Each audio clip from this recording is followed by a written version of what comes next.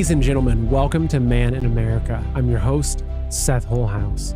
So there's some significant changes happening in the world right now, and sometimes it's hard to make sense of because we have the looming collapse of the dollar. We have the COVID that we're dealing with, the ramifications of all of our loss of freedoms for that. We've got the Great Reset that seems to be brewing, central bank digital currency. Where does it all fit in? How does it all fit together? And so joining me today are two very interesting and unique individuals. So Dr. Kirk Elliott, who I know that you're probably familiar with because I have him on all the time, who's a double doctor. He's got a PhD in theology and economics, which I think is perfect, but also Bo Polny, someone who's also an expert in biblical prophecy, but also an expert in the precious metals markets and the global financial markets. And so we're going to be talking about just what we're experiencing right now. Is this the end of an empire? Is it a collapse of a system? Is it the beginning of something new? What's the future look like? So this is going to be a really fascinating interview. I hope that you really enjoy it. Before we get started, make sure you're following me on social media at Man in America. And also every show is done as a podcast as well. So if you'd rather listen, just open up your favorite podcast app and search for Man in America and you will find me there. All right, folks, let's jump into this interview with Bo Polny and Dr. Kirk Elliott. All right, so Bo and Kirk, it is such a pleasure to have both of you today because I think that if we look around with what's happening in the world, it really feels like it's hinging upon a culmination of something spiritual happening and something financial happening, and how they're very tied.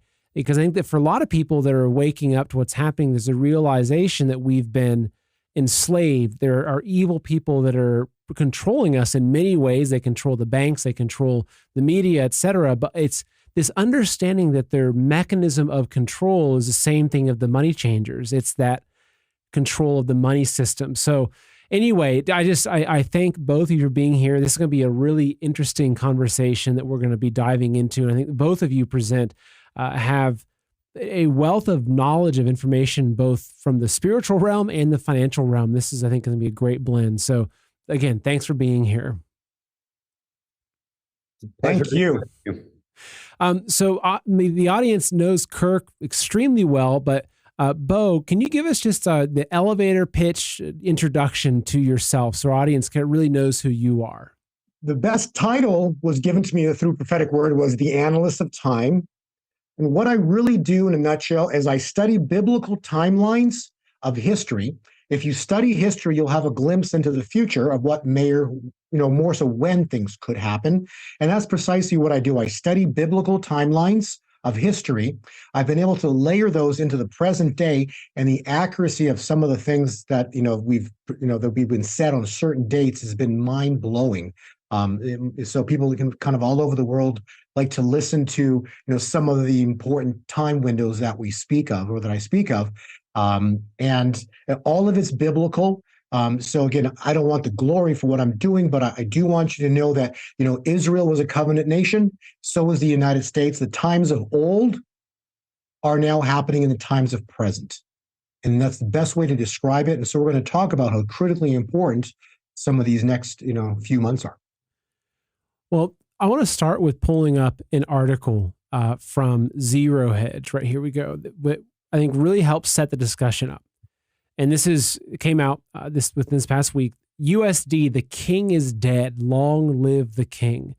And it's talking about how is the dollar losing its status as the king of currencies. And even this cool graphic here of the king, King George, right, of the United States.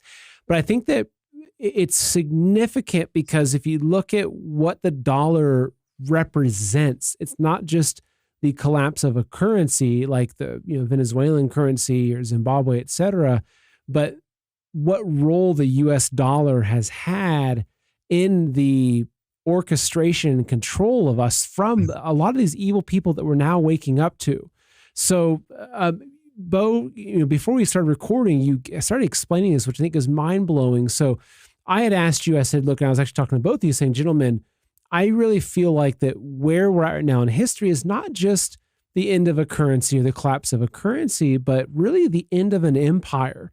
But I also I want people to understand, and they'll get it from this conversation, is that the end is also the beginning, right? So the end is not the end where everything disappears and it's just hell and brimstone and we're all dead, right? Like in my opinion, the end, there's ends, but there's also beginnings. And if you're sick and your illness ends and your health begins, right? Like that's okay. It's a good thing, right? So sometimes the end of things are good. So, Bo, from your perspective and your analysis on the wheel of history, where are we at right now? Because it feels like we're going through this insane, wild ride.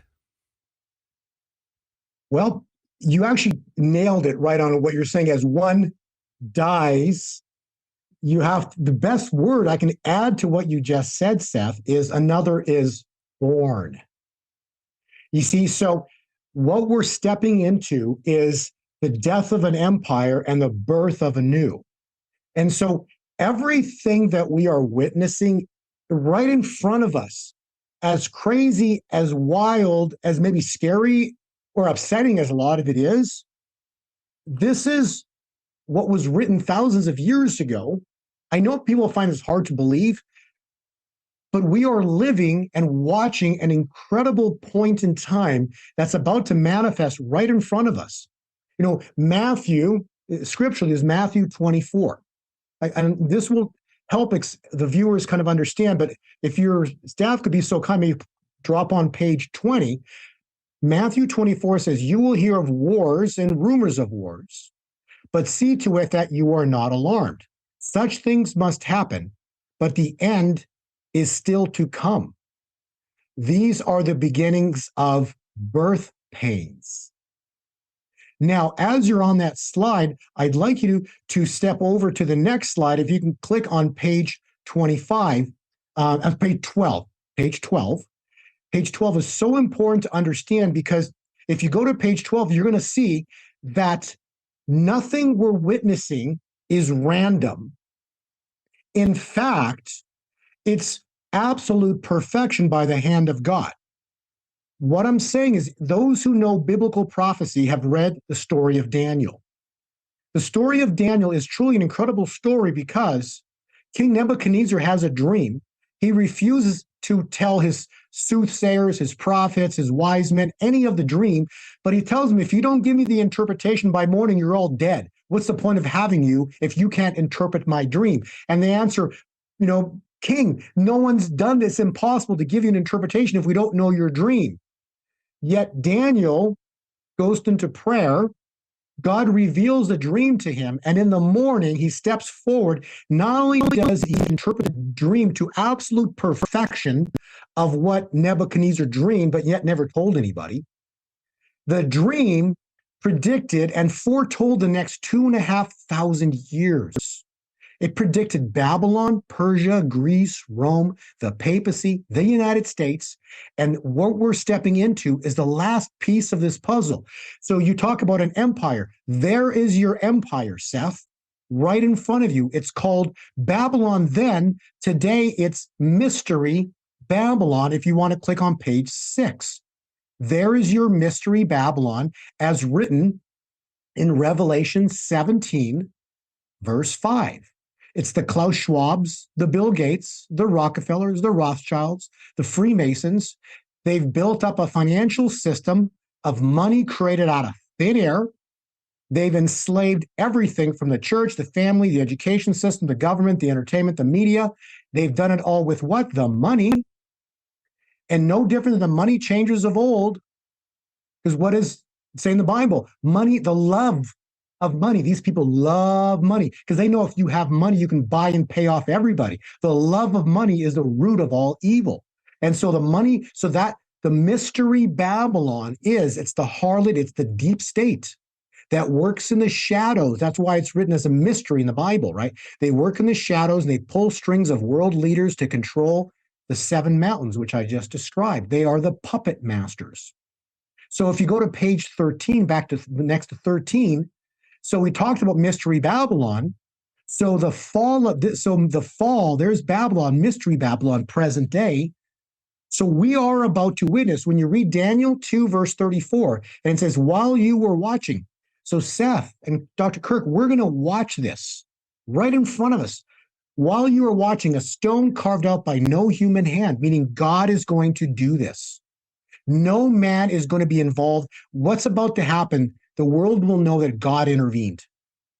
And that statue of Babylon's about to come down and fall, fulfilling 2,500 years. And then that takes us back to what I said earlier. It takes us back to a birth of what we had on page 20.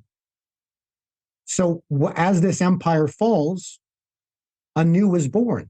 But this new is what? Is the birth of God's kingdom. Because if you read Daniel 2, verse 34, this kingdom, as Babylon falls, the new kingdom that rises will last forever. And it's going to be built on truth and honesty. So what is gold and silver? It's an honest ledger of money. What have they done? They've used fake money to enslave humanity. And so if you can scroll one last slide, and then you can take it from here. But page 46, this is how they did it. And then Kirk can expand on this as well, too. Dr. Elliott can expand here. But on page 46, look at what they did. Nixon took us off the gold standard in 71. You can see that right there. After he took us off the gold standard, look what happened to the money supply. Dr. Elliott can explain about this, okay? But when you expand the money supply, they're creating it out of thin air. And that's why a home in the 70s was worth $30,000. Now that same home is worth $1 million. Just because the money supply, look what they did. This was only going into 2020. The money supply is intense. It's insane right now. And that's why everything is priced insane, because they took us off the gold standard. So that allows them to create money out of thin air to infinity. And that is what they've done. And then this is where it comes biblical, because Nixon took us off the gold standard in 71. It became the petrodollar in 1973. Now, if you add 50 years to 1973, guess what year you land at? 2023. Last slide, page 41. Sorry, I'm going to get one last slide and go from here. But you'll understand why 2023 is so important, because it's very clear. This is biblical. And you shall consecrate the 50th year and proclaim liberty throughout the land and to all of its inhabitants. So we're about to witness God intervene, destroy the money system. He's going to get the glory. The money changers are about to be stopped in their tracks. And gold and silver are going to do an absolute moonshot, one you can never even imagine. And Dr. Elliott, who sells gold and silver, is soon going to be shut down for a period of time, because Dr. Elliott will not know what to sell gold for or silver. He won't know what his vendors are going to sell it back to him for. It's just going to be no offer, because no one's going to know what the value of it is, because it's just going to go crazy when this moment in time happens. And biblically, when God intervenes and does things, it literally takes one day. So go from here. Well, Kirk, I'll pass it over to you now.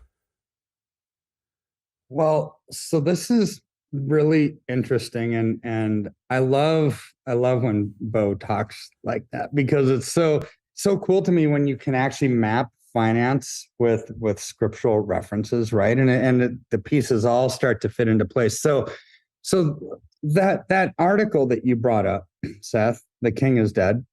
It's not the king of kings that's dead. It's the king dollar is the world's reserve. The currency, worldly right? king.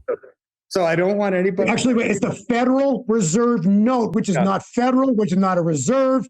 It's a private institution. Continue. Yeah. So I don't want people to get gripped and paralyzed with fear after this conversation, because the king of kings is not dead, right? So if you go back to the 1940s, the Bretton Woods Act in July of 1944, it pegged basically international settlements in basically the basis for the US dollar and gold. For all international settlements, it was pegged to the US dollar's value. See, that Bretton Woods system effectively came to an end in the early 1970s, which what Bo was talking about when Nixon actually announced that the US would no longer exchange gold for US currency. Then in 73, we changed from this quasi-gold-backed sort of currency, right, whereas other currencies are pegged to gold, to a petro-based dollar, right? Still the reserve currency of the world. So this is what has amounted to us being able to amass tens of trillions of dollars, $32 trillion worth of debt, over since the beginning of time here as a country, and people still wanted our currency. So by default, then other countries, other people from other nations basically forget that. They forget that we have to print more money than what we need domestically to fund international settlements. And we start to see what we're seeing today. It's like, hey, America, you're squandering your time in the sun. You printed way too much dollars. You're flooding the markets with it. Well, if I were a US policymaker, I'd push back just a little bit and say, well, for crying out loud, we have to print more dollars than what we need domestically to fund all international settlements. That's what the world's reserve currency does. But throughout time, the reserve currency of the world has lasted in a range from like 45 years to about 105 years. Well, 1944 is the basis when we became the world's reserve currency under Bretton Woods. We're 80 plus years into this experiment. So we just happen to be, or maybe not just happen to be, if because Bo's timeline goes back so even longer than that, right? Is we just happen to be the generation that's alive when our reserve currency status fails. So that's what this article is about. But for something that's been around for almost 90 years, right, to actually go away, you have to kill something, right? It's not like you can just say the BRICS nations are coming and said, we want to be the world's reserve currency now. Goodbye, US dollar. Doesn't happen that easy, right? So you have to dismantle what once was to bring in something new. That's what this article is all about. So what does this article say? That the king is dead. So we've been the king of currencies. Dollar hegemony refers to the dominance of the United States dollar as the world's primary reserve currency since the end of World War II. So this has given us enormous, like big economic and political power. See, we've been able to print money or borrow at low interest rates, well, for as long as I can remember, right? But really this goes back to especially right after 9/11, when they tried to stimulate the economy with these artificially low rates. And then that was amplified in 2009, when that crisis, basically cheap money, free money, cheaper than free money, because the interest rates was less than inflation, right? So we're doing this, and this basically allowed us to create tens of trillions of dollars worth of debt.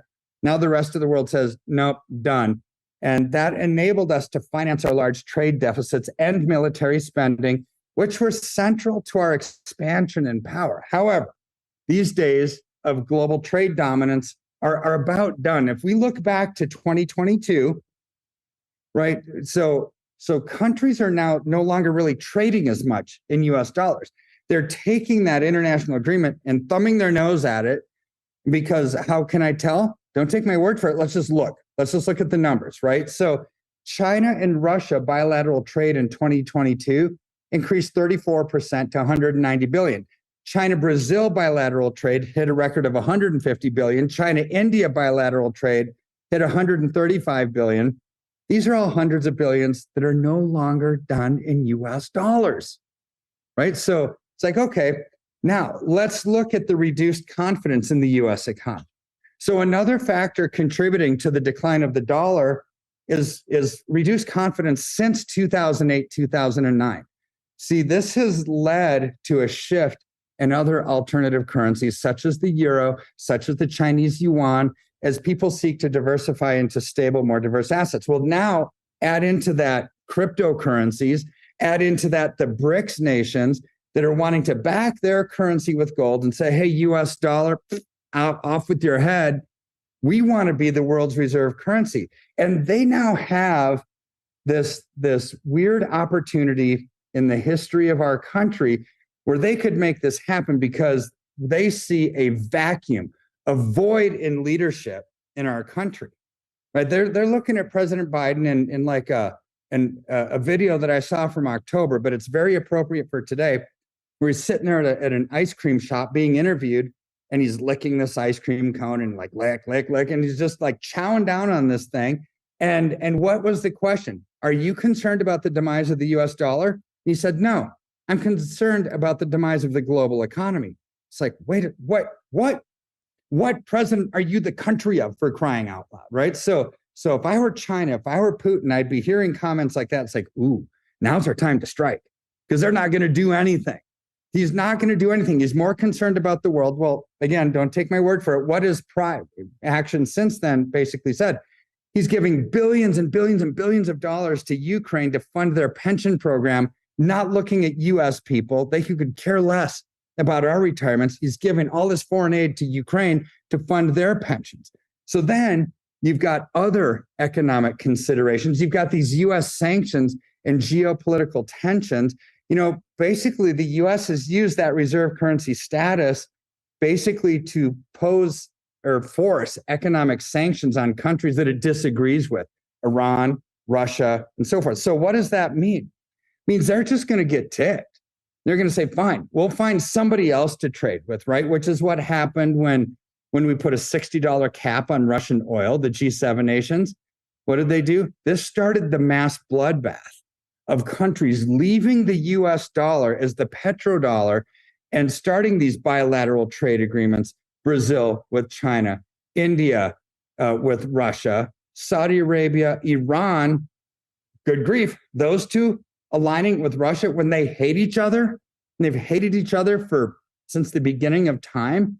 Japan leaving the G7 nations basically in the dust and saying, we're going to actually not abide by this accord, and we're going to basically, buy oil from Russia, which is a BRICS nation. So that basically puts them in alignment with China. Japan and China, friends?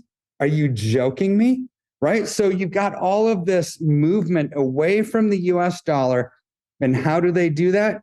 Dismantle the faith and confidence in the US dollar by eroding its petrodollar status, which causes us to inflate the currency like there's no tomorrow.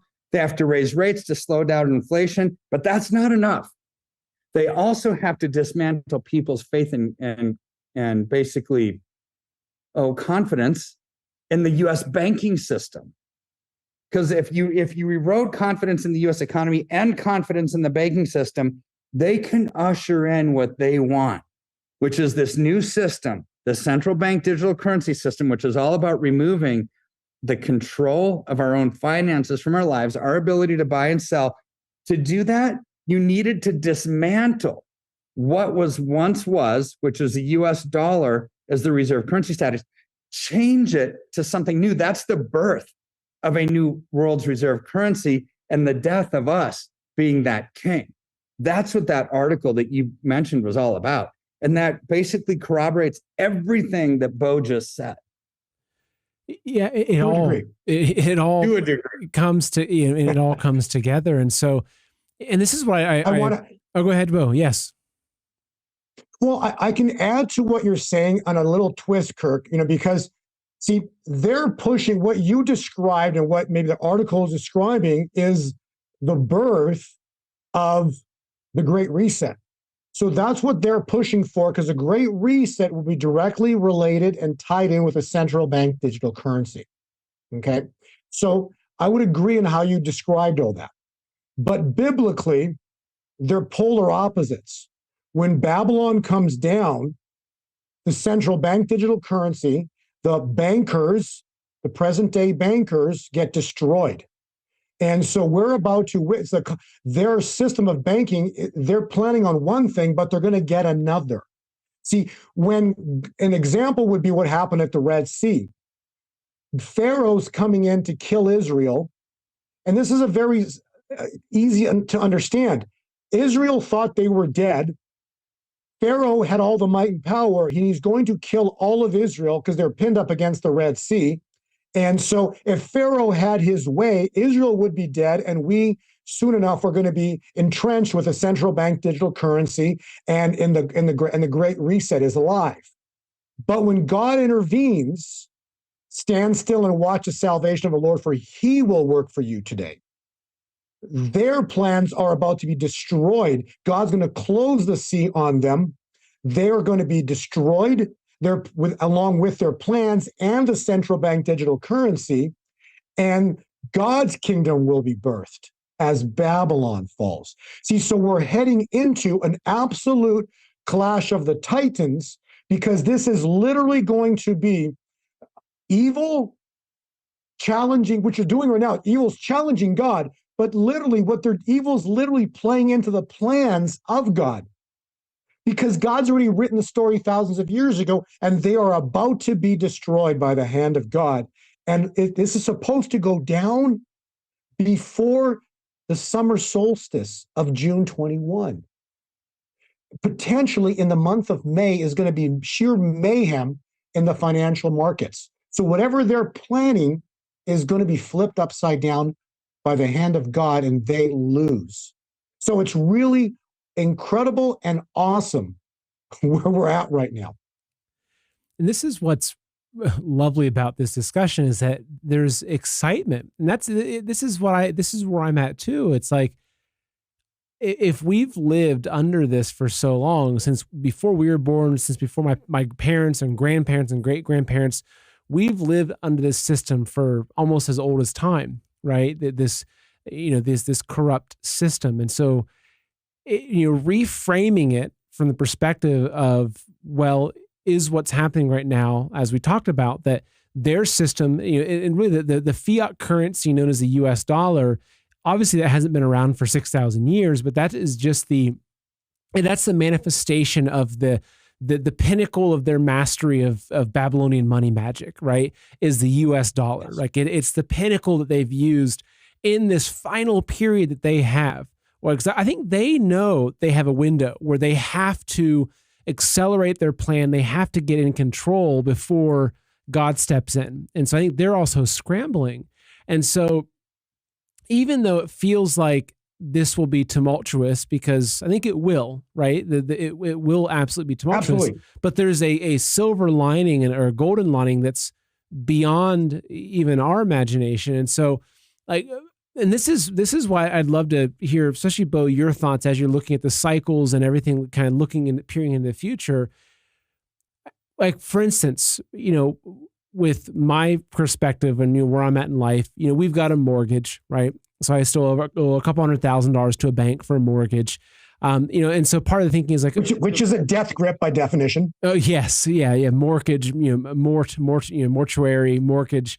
So, but the question is like, even for this, okay, so you're saying that silver and gold will basically go moonshot, which I want to hear what that looks like. I'm really curious, but in that, I guess that's a different question, but it's like, even like right now I'm thinking, okay, well, do I say I have an extra $1,000 in a month, right? Do I put that towards paying off the mortgage even further, or do I put that into silver? Because this is actually a common question people are asking. Like, should I pay down my mortgage extra with the extra money, or should I put that money into silver as an example? So, how do you see this system changing? Because from one perspective, I look at it, I know that they have intentionally suppressed the value of silver and gold like extensively, through the paper markets and everything. They've kept the value at like stupid lows, right? But it's also, it's using their system, their fiat currency is also, so it's like, if that system falls,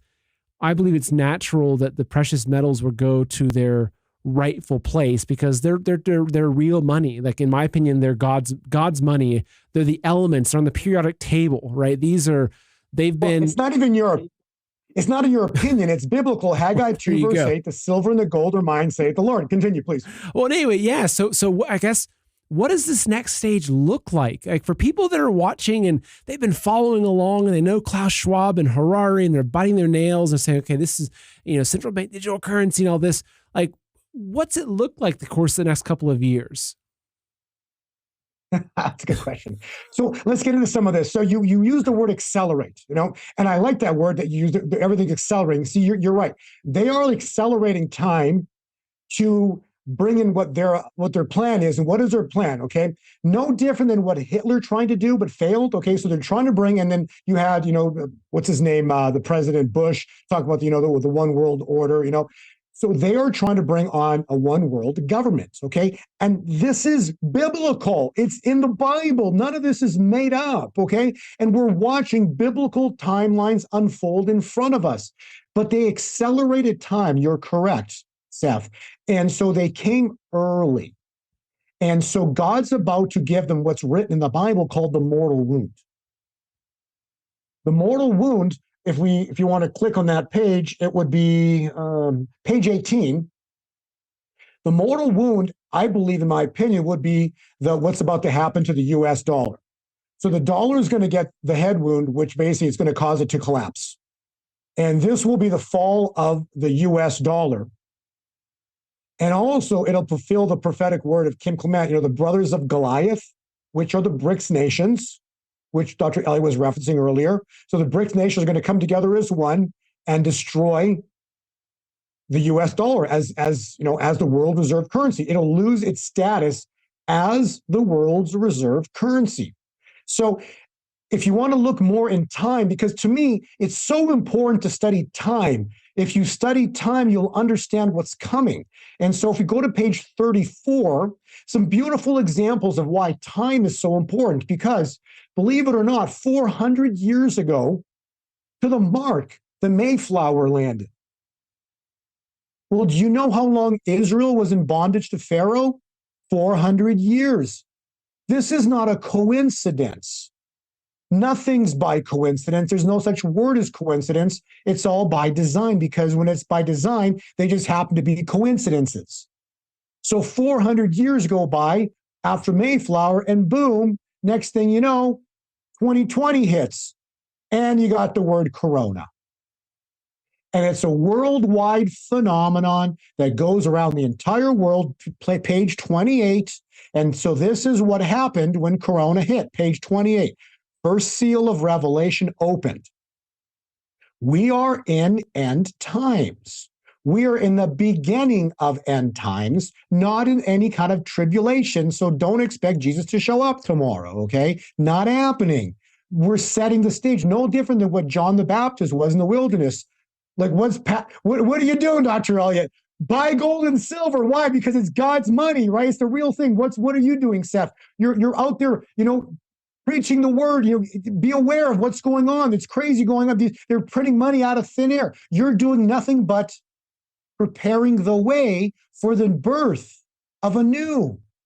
So when Jesus Christ showed up, he was the new. It's called a jubilee. And so when Revelation started with Corona, that was seal 1. Then just a few months later, 5 months later, seal 2 opens up. And that was peace taken from the earth.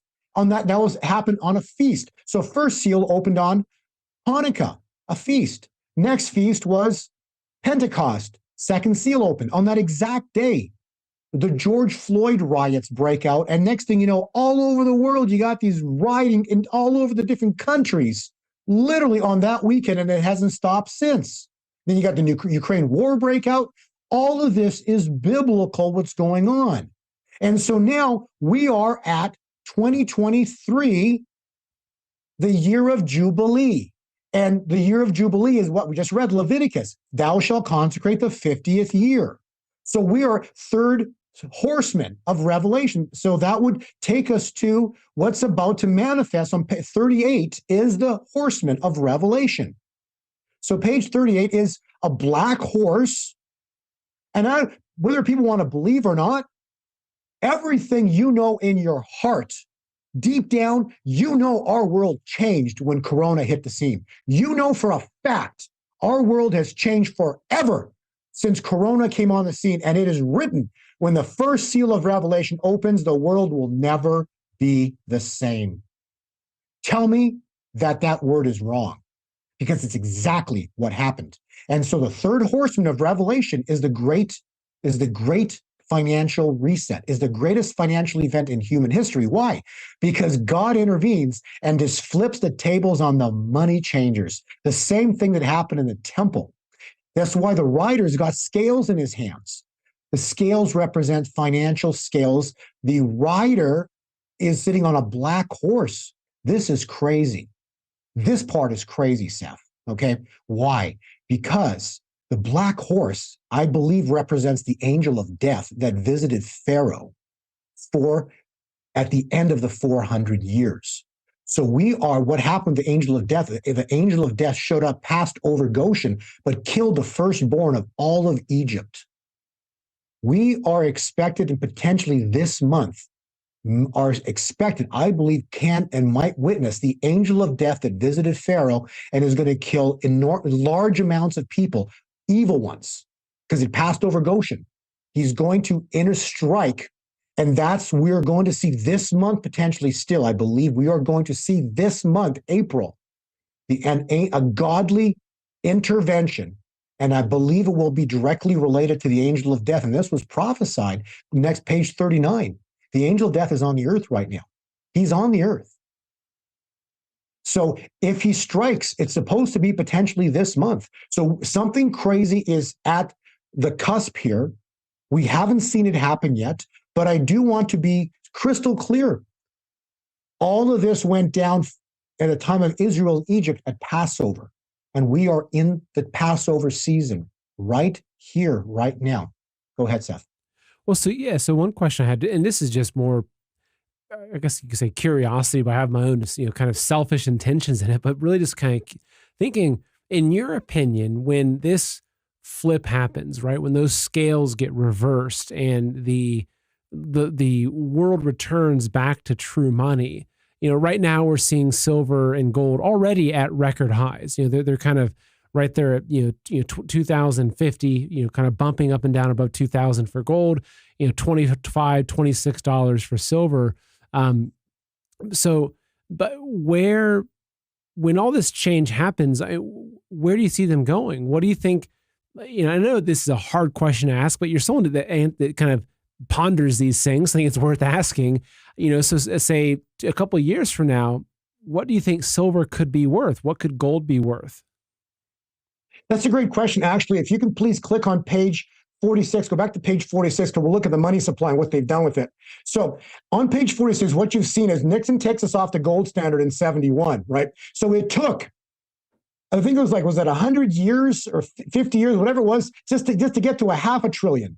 Okay. And then Nixon takes us off the gold standard. We're in the quadrillions now. Okay. So the money supply is ginormous. That's even a word, but it's off the chart. So this is only the year 2020. Okay. So it's kind of an easy answer to give you, because when Nixon took us off the gold standard, look at the money supply. So a home that was worth $30,000 becomes worth $1 million just because of the money supply. Okay. So how can this play out? Well, Haggai 2 verse 8, the silver and the gold are mine, saith the Lord. He's going to flip the scales. What happened in, I think it was the early 80s, when gold went up to $850, what it did was it met the money supply. And that's why, and silver was at $50 at the time. So they all met the money supply. So if you look on page 48, what you'll see is the money supply. We're in the quadrillions of dollars, and it's all pivoting on gold and silver. So when the financial system flips, this whole thing's going to fall over, and the only thing left standing is gold and silver.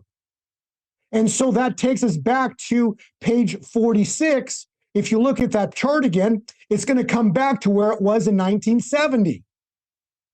So if you look at real estate as an example, go to page 47. There's a new slide I just put together this morning. You're looking at potential real estate collapse of anywhere as down to 90% in the next couple of years. And so those that hold gold and silver are going to take a bar of silver and go pick up a house. So what is it going to be worth? It really doesn't matter, because it's going to be so enormous in terms of what you can get for it is what you can buy for it, right? But I can just give you some easy numbers. If you look at Matthew in the Bible, it talks about blessings being 30, 60, 100-fold, right? So if you just take, $20 as an example, times 30, so that's $600 silver, and that's just the first level. Then you're talking $1,500, then or $1,200, then you're talking $2,000 to $25, and that's just a $2,000 spot. And Dr. Ellie can expand upon what spread is, right? Because if silver's trading at $2,000 an ounce, you're not buying it for $2,000. You're probably paying $3,000 just to get it in your hand because of what's called a spread. The spreads right now, silver's at $25, but an eagle's $40 to $45 for an eagle. Okay, so what's going to happen is it's going to become so priceless that people who invested right now who were wise will be able to take these precious metals and for maybe 2-3 ounces of silver, go pick up a car that's worth today $50,000. For a block of silver, get some land. And so it doesn't really matter the price, because people they will do anything and everything to get their hands on something you can't get. See, Dr. Elliott will not be able to really source large amounts of silver at some point in the very near future, because all you need is, correct me if I'm wrong, 1 or 2 billionaires step up to the plate and everything's sold out. Am I wrong? Right? So that's what's about to happen. So the prices are going to be incredibly high, but not only that, it's a double win, because the prices of precious metals will be incredibly high, but everything else will be priced back to where it should be in the next, by end of next year, right? So you'll be able to buy things that blow your mind. Actually, I have a quick story that there's someone that I was interviewing recently that told a story of, it was a bellhop at a hotel, and perhaps you both have heard this story, and I might butcher it a little bit, but it was a bellhop at a hotel out in California, I believe. And the hotel was, I think, a 3 or 4 story building in California. And this was before the Great Depression hit. A wealthy client of the hotel gave him a tip and gave him a gold coin as a tip. After the Great Depression hit, and after the bank runs, everything completely collapsed, 2 things happened. One was the value of the gold went up, but also because of, that was a major commodity that people were seeking after, but also the value of that real estate collapsed. So you had this double whammy. So the story is that he was given this coin. He was a poor bellhop. He held on to it. After the Great Depression, he went back and he bought that hotel with that coin, right? Like there's also, so he also mentioned there's a famous picture, I think it was Cliff High talking about this, of it was after the Depression. And there's I think it might have been a Rolls Royce. I think it was a Rolls Royce, one of the really high end cars in New York City. And there's 2 guys sitting by the hood of it with a stack of silver coins or gold coins on the hood of the car. Maybe it was silver coins, I think. But anyway, and there's a huge crowd. And basically what happened is after the Great Depression, this guy traded a stack of coins for a Rolls Royce because everything had inverted, which is just kind of crazy to think about. So Kirk, what are your thoughts on that? I mean, when Bo says that you're going to have a hard time even transacting because it's going to be going parabolic, I mean, what do you think? Well, we will. However, higher prices always shake out inventory too, right? So the price could go up to $75, $100, $200, $500 an ounce, right? It's like these billionaires are gobble it up and they're making all this money, but other people who have had it, they will release that into the system. So there could be some, but the point is, don't wait till then to buy it. Right? That's silly. I would rather be 3 months, 9 months, a year early than 1 day late, always, right? Because you're already seeing these premiums expand. Like I wouldn't buy a silver eagle for all the tea in China. Really, I wouldn't. Which is why we do, because the premiums are too high, even now.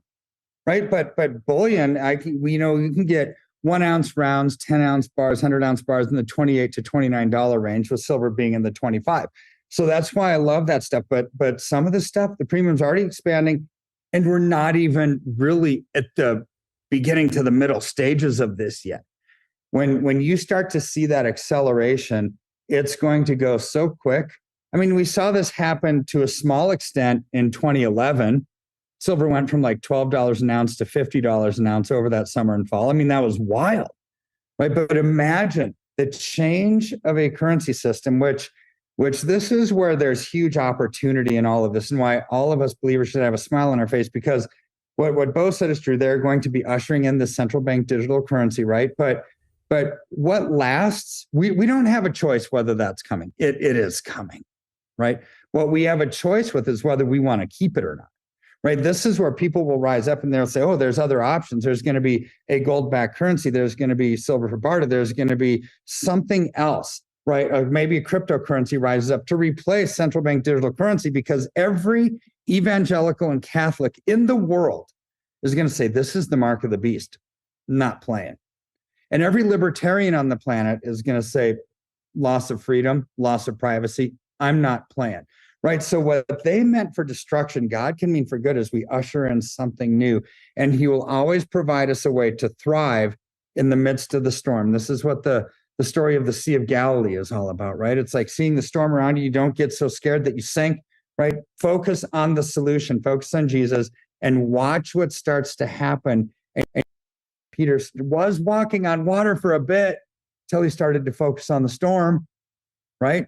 Focus on the solution, because as all of this starts to unwind and unravel in our lives, God will show us a way to actually, he's going to manifest himself really big and large and in charge, like he is already, but people aren't seeing it because they're blinded. They've got these spiritual blinders on.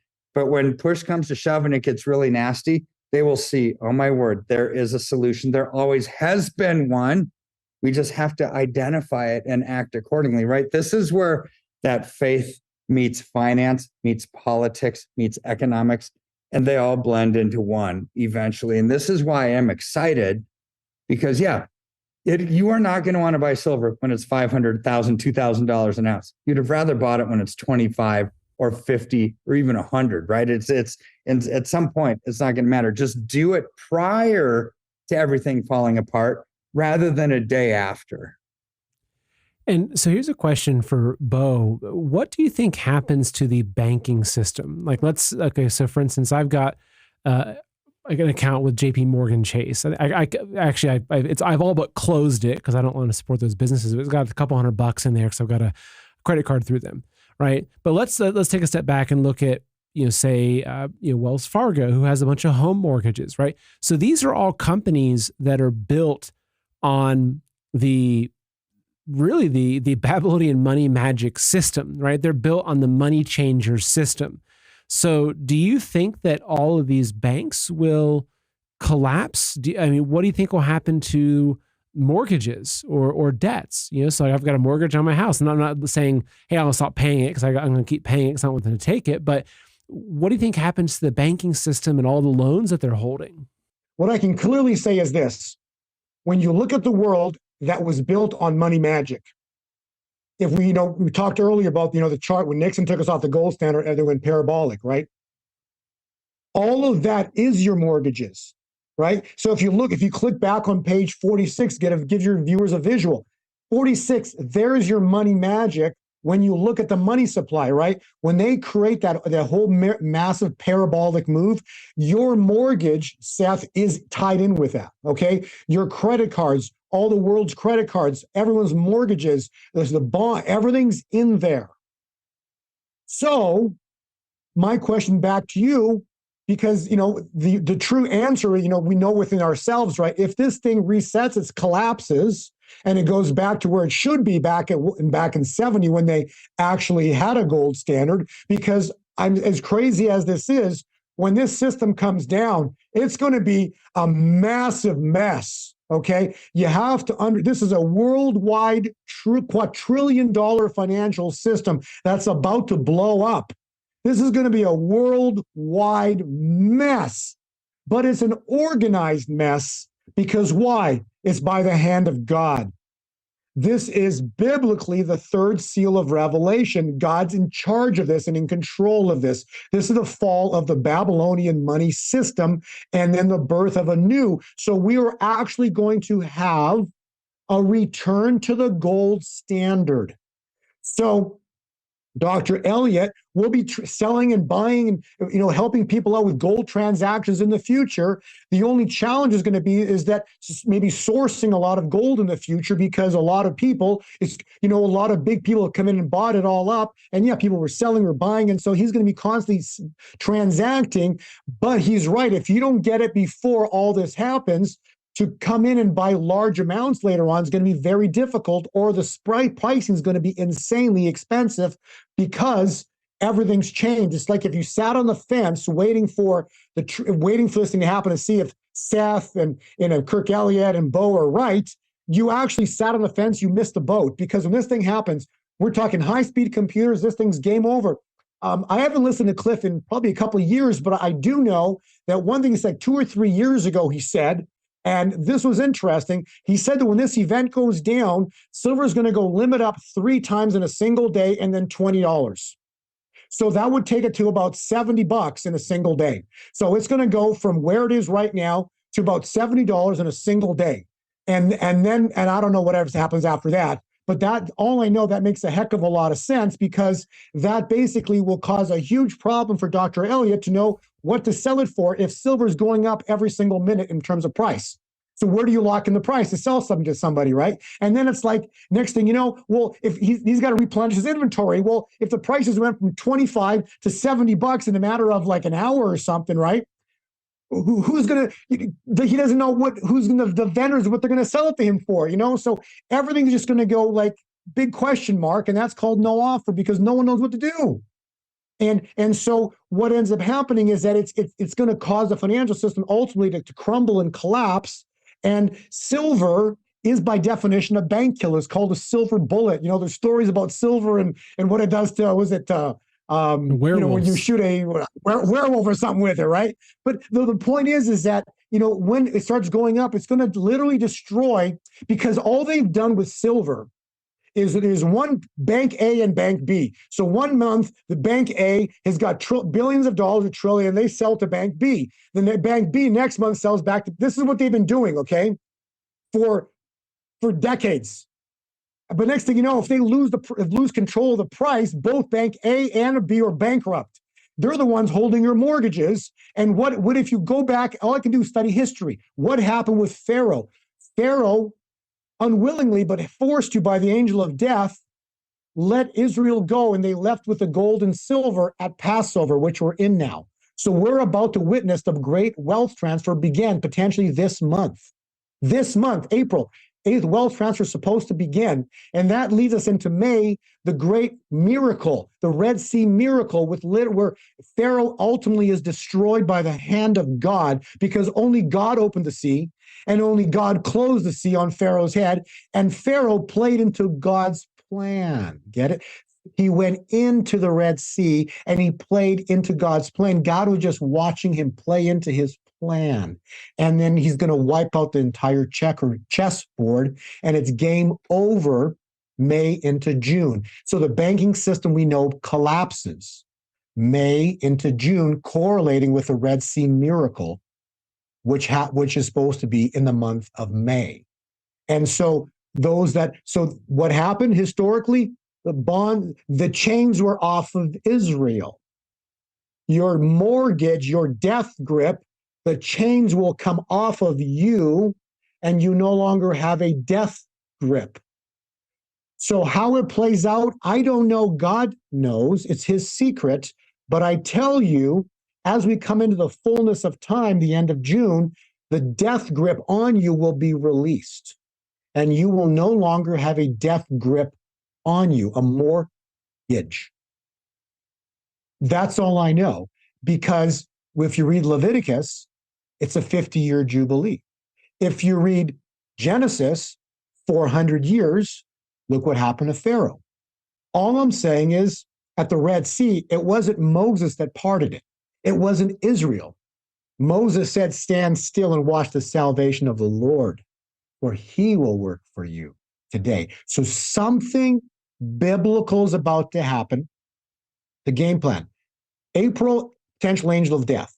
Financial mess in May, leading to full exposure and everything, truths coming out as we head into the end of June, summer solstice. That takes us into a massive shift in our world as we head into this summertime. And then the fulfillment of Kim Clement's words, the fall, because we're going to need at some point the builder 45 to come back and rebuild after the mess. And that's why, back to the beginning of the show, Biden's in right now, because the collapse of the dollar is going to be on the Biden watch. It will, because Trump is, as much as people want to believe or not, David did some amazing things and some crazy, horrible things, but ultimately, David loved God. Study history, okay? The point is, Trump is no different than David. But he's in flesh. He's flawed like we all are. But he's God's anointed to come back and rebuild a financial system that God just destroyed.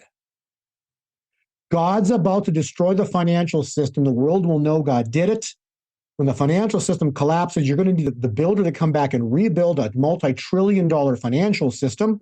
He's going to go back and back some kind of maybe a treasury or something, because remember, I do believe that the treasury is not the Federal Reserve doesn't have access to the gold in the Treasury, so Trump's going to potentially come back and maybe rebuild some maybe a Treasury instrument or something. But bottom line is he's going to restore gold as money in the United States before year end, and that will.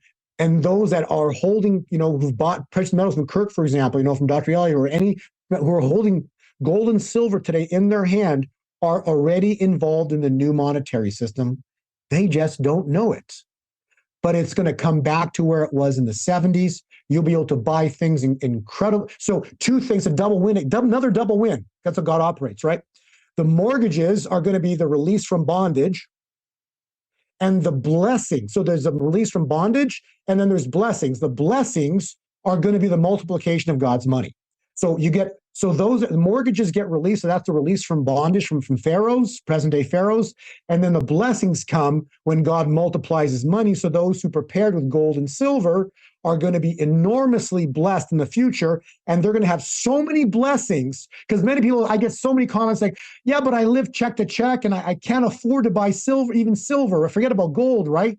But here's the thing about God. He's a multiplier. And those that prepared are going to be so blessed financially that they will be able to bless, because of the expansion of the prices of precious metals, they'll be able to bless all of those around them. So it's a double win. It's a release from bondage for the mortgages, because that's what that is. And secondly, blessings follow.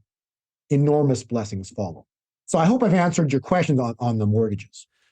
Yeah, you have very much so. And so we're ending nearing the end of our show today. Before we go off though, Bo, where can folks follow what you're doing? Is it just because I have is it just bopolny.com? Is that the best place? My main website is gold, the beginning of the end. So that's year 2020. So gold 2020 forecast.com. And so that's probably my main webpage. And then you can also put my name in on YouTube, and my more recent videos pop up there as well. There you go. Okay. So gold2020forecast.com. Also, Kirk, the best place if you want to find, go to Kirk Elliott is actually just goldwithseth.com. That takes you straight there. And folks, if you are interested, I mean, it's crazy to think about, because like what you said, a lot of people say, hey, I live paycheck to paycheck. Well, like even a 10-ounce bar of silver could be something that makes a significant difference, really. And that's one of the things I like about Kirk and his team is that they don't have a minimum. A lot of companies I've kind of explored or whatnot, they've got minimums. They say, well, you have to spend at least $10,000 with us, or else you're not into this club. So Kirk, aside from going to the website, filling out the form, how's this process work? They go to goldwithseth.com. They can fill out a form. Once it loads, there you go, for a free wealth consultation, or call 720-605-3900. And I'll put that stuff on the description of the video as well. So how's that process work, Kirk? So it's actually really easy. Just fill out the form, call us. You'll talk to one of my client concierge team that'll ask you questions. What was it that Seth and Bo and Kirk talked about that really gave you concern? What are your fears? What are your goals? What are you hoping to do? And answer those questions. Then they will set you up with myself or one of my advisors who are amazing.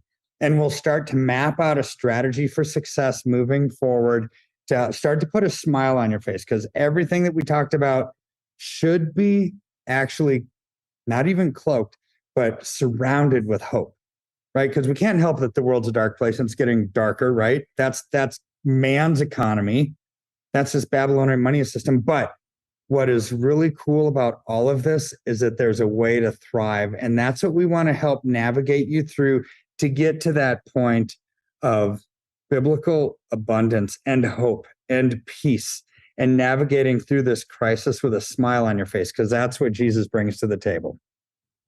Well, great. Well, good words to end by. Well, both of you, thank you so much for coming on today, and we'll have to do this again. I mean, I feel like I could probably talk for about 5 hours straight with you guys. So maybe we'll do some sort of Joe Rogan style long form one of these days. But again, thank you both very much. Thank you, Seth. Thank you, Seth, for all you. God bless.